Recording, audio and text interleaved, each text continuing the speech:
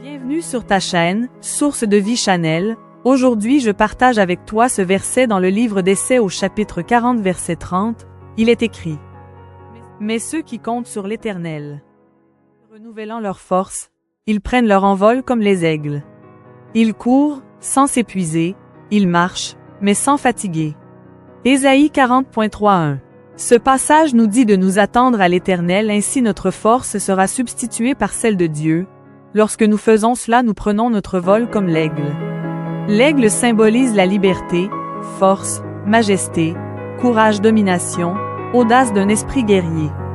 Comment vole un aigle? Il ne plonge pas, il descend en piqué sur sa proie et s'il la loupe, il attend parfois des heures et au moment où elle est de nouveau visible, il jaillit et la saisit. L'aigle reste perché sur une branche en attendant la bonne température de vol, ainsi il peut s'élever plus haut que les autres. Il attend le bon timing. S'il y a une tempête, cela ne l'arrête pas pour autant. Il incline ses ailes d'un angle bien précis et utilise la tempête pour voler. Le vent, c'est celui de l'esprit. Tout comme l'aigle sait attendre le bon moment pour s'envoler et s'élever dans les airs afin de pouvoir le moment voulu descendre en piqué sur sa proie, nous devons faire de même.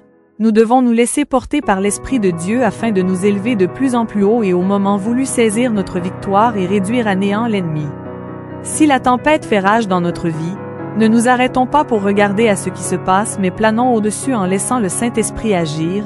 Continuons et regardons au loin tout comme l'aigle, c'est un signe de maturité. En nous élevant sur le vent de l'Esprit, même en pleine tempête, notre perception des choses, des circonstances change car nous avons une vue d'en haut, une vue aérienne de notre vie. Nous sommes au-dessus de nos peurs, nos peines, nos problèmes. Tout nous paraît minuscule. N'oublions pas que nous sommes assis avec Christ dans les lieux célestes. L'aigle voit 8 fois plus qu'un œil humain et a une vue à 360 degrés. Si nous voulons voler comme l'aigle, nous devons nous débarrasser de notre façon de voir, de percevoir dans le naturel et regarder plus loin que ce qui nous arrive, voir la promesse de Dieu, regarder à la venue de Christ pour nous y préparer. Ayons une vision claire, connaissons nos faiblesses et notre force afin d'avancer et de voir au loin l'ennemi qui veut nous détruire. Focalisons-nous sur Dieu, ne perdons pas notre temps. Ayons une bonne perception des choses en les voyant comme elles sont minuscules. C'est un travail de chaque jour, un choix que nous faisons chaque jour. Si nous voulons grandir et devenir matures en lui, lorsque l'aigle chasse, il est incroyable, surprenant. Il peut voir au loin et bien que depuis les hauteurs le monde lui paraît minuscule, son œil aiguisé voit sa proie, tout son être se focalise alors dessus et rien d'autre ne compte, il a un objectif et ne le lâche pas.